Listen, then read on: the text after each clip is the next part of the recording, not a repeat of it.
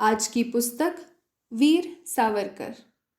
रत्नगर्भा भारत माता ने समय समय पर बहुत सी विभूतियों को उत्पन्न किया है, जिनमें से एक थे स्वतंत्र यज्ञ के हुतात्मा वीर सावरकर।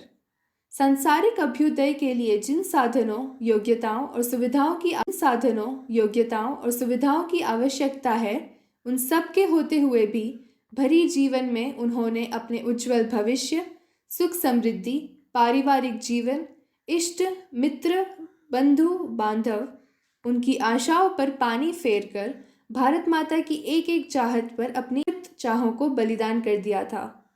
वे आगे चलकर क्रांतिकारियों के अग्रणी बने, जिन्हें विदेशियों ने हुतात्मा कहकर संबोधित किया और यूरोपीय राजनीतिज्ञों ने मैजिनी, गैरिबाल्डी, वुल्फटोन आदि कहकर उनकी प्रशंसा की और उन्हें अखिल भारतवर्ष ने स्वतंत्र वीर की उपाधि से विभूषित किया। कॉलेज के अध्ययन काल से ही वे सदा सोचा करते थे किस प्रकार अन्य पराधीन राष्ट्रों ने अपनी परतंत्रता की बेड़ियों तोड़ी और किस प्रकार भारत भी इन बेड़ियों को काट सकता है। उन्होंने भारत में विदेशी वस्त्रों के सर्वप्रथम होली जलाई, जिसके माध्यम से पूरे देश में हलचल मच गई।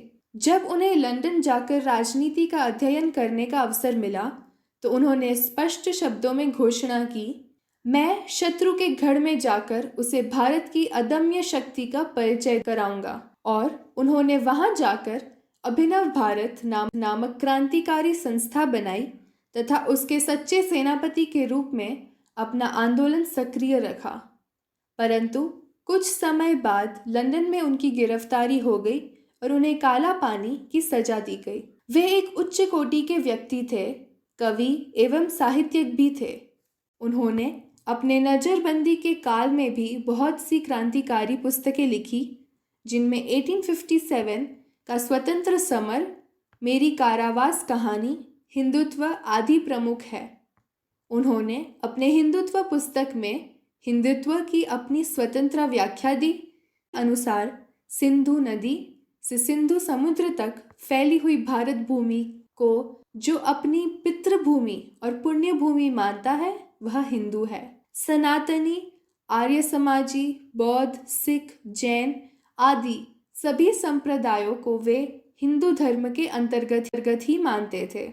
इसी व्याख्या को आगे चलकर हिंदू महासभा के अधिकृत मान्यता प्रदान कर दी। नर शार्दुल सावरकर के क्रांतिकारी जीवन को रोमांचक इतिहास भारतीय युवकों के लिए अत्यंत प्रेरणास्पद है, जिन्होंने अपने हाथों अपने व्यक्तिगत स्वार्थ को तिलांजलि दी ताकि भारत के करोड़ों लोगों के कष्ट दूर हो और भारत माता की गुलामी की बेड़ियां चूर चूर हो सके। उनके प्रिय उद्गार थे, हमारी सच्ची जाति मनुष्य है, हमारा सच्चा धर्म मानवता है। ऐसे महापुरुष के जीवन के बारे में और विस्तार से जानने हेतु अवश्य पढ़ें आज की पुस्तक